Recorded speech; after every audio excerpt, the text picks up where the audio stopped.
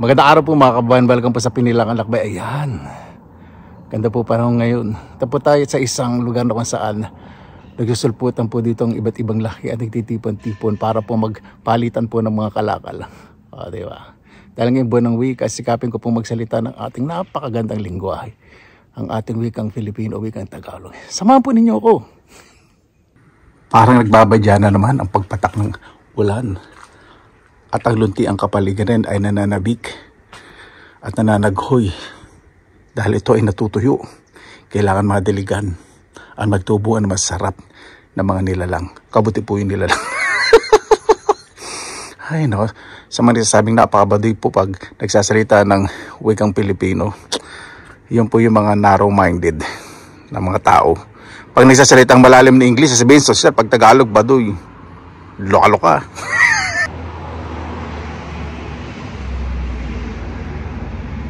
Nandito po ako sa hintuan ng sasakyan. Isang malaki sasakyan na kung saan ay maisasalaksak po ang bus. Ano ba sa Tagalog ng bus? Bus? Bus. Sa hintuan ng bus. Siya po ko sasabihin ko anong pang mga Tagalog. Ako po isang bulakid. Sa mga nagtatanong po, sa punto ko po napapansin po ninyo medyo malambing sa dulog. Ganun po talaga kami.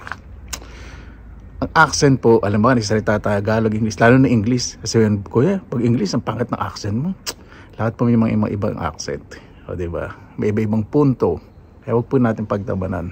Yung mukha mo nga pabala-balandra dyan sinusuga mo pa sa mga bintana tuwing umaga Hindi ka pa nagmumumog Diba? Ayan po ang sa mga tatanong po yung skin ko. Yan nagtatanong po kasi. Ayan po yung skin ko. Siyempre may mga pimple marks when I was young. I had a very bad. Ay, Tagalog nga pala. Naku.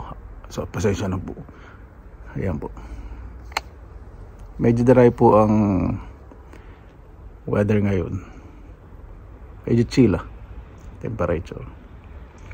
Nag-close po yung pores po ng skin ko at medyo dry but pero ano po masutla-sutla naman po sa ngayon. Pagsalita ko ng English, tara na, may mga natural tayo pero mahalin po natin ang sarili nating wika. Hindi naman ibig sabihin pag nagsalita ng ibang lingwahe di ba sinabi ni Gato Rizal na hindi magmahal sa sariling wika ay daig pa ang mabaho at malangsang isda. Totoo po, yung kapag hindi natin minahal, pag totaling kinalimutan natin, yung po yung ibig sabihin po niya.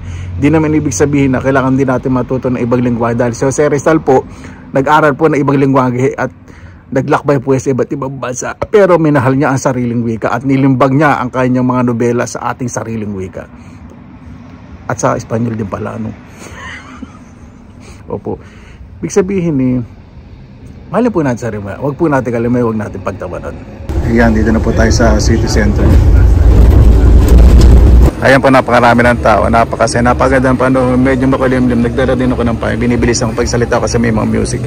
Yan, isang road na yan, yung kalsada po na yan. Hanggang dulo, doon po sa, malapit po sa beach ng city center. Marami pong tao. Tingnan po natin sa isa. Ayan po, dito na po tayo sa main event. Welcome to International Grand Market. So, iba-ibang lahi po yung mga nagpupunta po dito para magbenta. Nagre-rent po sila ng lugar, organization po ito at may mga kumpanya po talaga o institution o hindi po institution, organization. Gulo ko, no? Iba-iba po katulad nito may mga sabon at iba-iba po pong mga klase ng mga tao. Ang mga naghahanap ng kapam, mga chicken beans, marami din dito. Ayan, meron din pong mga nogat, yung mga European products, pero hindi rin. Meron din pong mga Asian products, may mga pretzels o bretzels, ang mga pagkakaiba nun. Napakasarap pong mamasyal po sa mga ganito kasi ito po seryoso po yung mga mukha po ng mga friends kasi mga reserve po hindi po sila masyadong palangiti. Medyo tahimik siyempre. Yan po yung mininintain po nila dito, po respeto. Kaya naging tahimik kasi minute ko yung music para hindi ako mag-monitor. Hello, kailangan ko kong hila. Nakaka-relax po para kung pupunta din sa atin sa Pilipinas, sa mga parks. Yung mga ganito, yung mga events, mga special events. Masarap ng tingnan pero hindi pa masarap sa bulsa. Kaya nag-iisip po kung saan ako kakain. Pero ito yung po muna siyempre tayo. Ito yung isa sa paborito ko yan, yung mga novelty items, mga rustic, country style, yung mga nakaka-nostalgic. Paborito ko na lang, napakamahal po. Ito naman yung mga handmade from other South American countries. Ibang bansa po talaga nag-jojo dito. Pero may mga kumpanya po sila dito sa Europe na talaga namang sumali po sila sa organisasyon po nito dahil katiwa-tiwala po. O diba? Peaceful, safe. Wala po ditong nababalitaan ng mga mandurugas, mandurukot, ang bulusan, mga ganun, mga scammers, mga ganun. Bawal po kasi uling po agad ng pulis. Kaya napaka-safe po. Kahit saan mo po ilagay po yung bag po niyo, kahit nasa likod, sa harap, sa noo. Wala sa sarili ko sa gutom. Sarap pong bagay-katagad syempre. Kahit pong medyo maulap po ang panahon, ayos naman po. Wala pong problema. Hindi naman po mukhang uulan dahil nakikisama po sa artista. Sarap pong maglakad dito syempre. Mga artistahin po yung mga tao dito. Ay, nako. Sa Pilipinas, di ba? Kapag mga itong mga events, ang hanapan natin yung pinakamura. Dito po hindi. Ang hinahanap ko po yung pinaka-entertaining at syempre, ang pinaka-hinahanap po yan po yung mga halaman. Sa totoo. Sobrang excited na po ako. Kasi tuwing Sunday po, bago po sila umalis, iba-ibang lugar po kasi dito sa Finland, sa buong Europe po, pinupuntahan po nila. Ay, Sunday, after 5 p.m. lahat po yung sale na minsan 1 euro lalo po halaman kaya 20 euro, minsan 2 euro pa ibibigay na po yan kasi sa ibang place maglo-load na naman po sila ng mga ibang bagong mga halaman. Siyempre yung binenta dyan ng mga halaman hindi nila ibibenta sa kabilang lugar, diba? Yung mga buyers, yung mga talasik ng mga marites, diba? Yan nagtutumpukan hindi hindi ganun po talaga ginagawa po ng every place, ganun silang mga fresh na mga bulaklak. Ang hinahanap ko po talaga dito yung mga sakulan sa mga cactus. Ay nako, opo. Naku, gaganda talaga ng mga cactus. Gusto ko po yan kasi kahit pag liwaliw po sa katiwanan ko po sa bahay, hindi mahirapin yung mga kaibigan ko, yung mga mahal ko sa buhay dito sa Finland na magdilig ng mga halaman. Diba? Pag nakita po ko ng mga halaman, na-relax ako. Napakasimple lang ng buong kaligayahan. Kaya bakit laging halaman na madami ako iba-iba? Kaya alam mo na gusto ko. Hindi.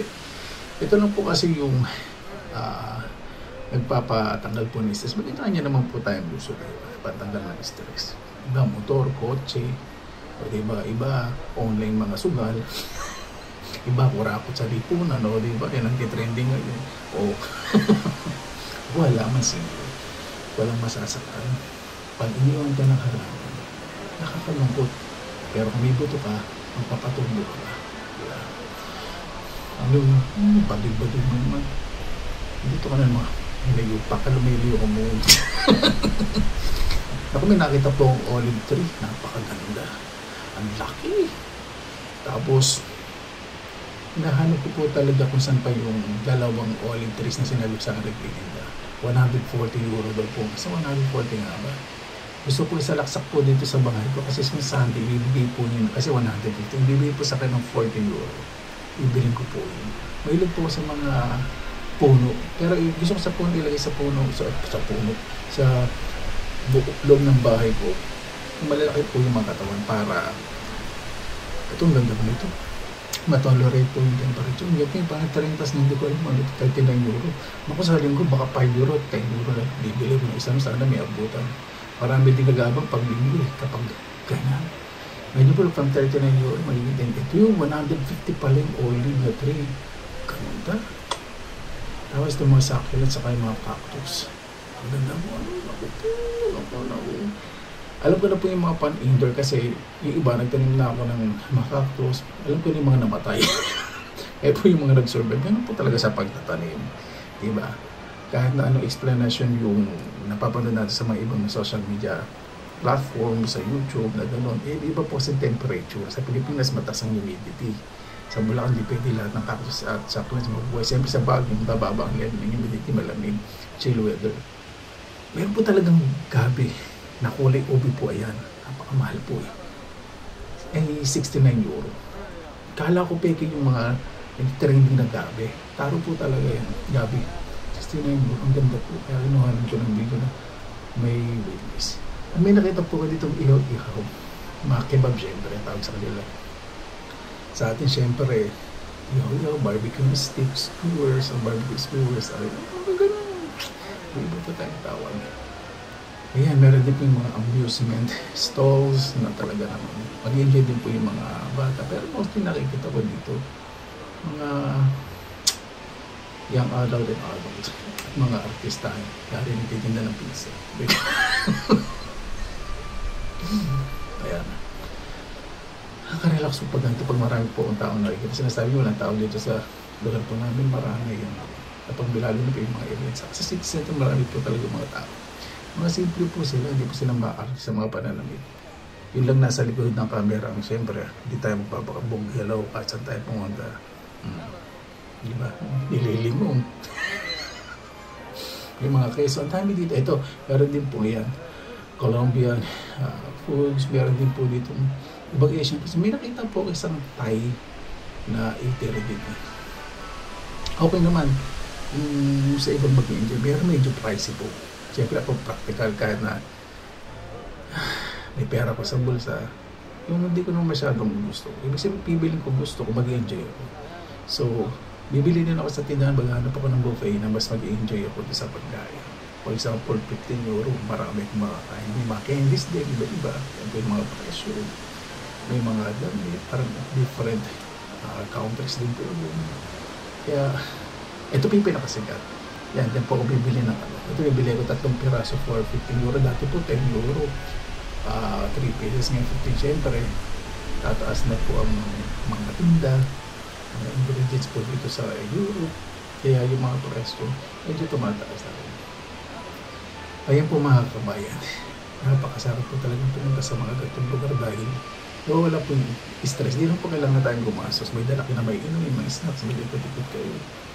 At may enjoy po nyo. Marami pong para lalo sa mga OFW na enjoy po nyo sarili po. Kung pwede kayo lumabas, enjoy nyo. Kung nasa loob kayo ng bahay, mas enjoy po.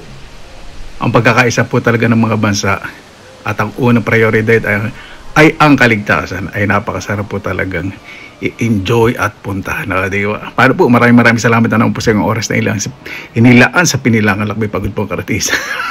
Basta lagi po tayong positive vibes, good vibes. God bless, ingat po lagi mga araw. Laban lang.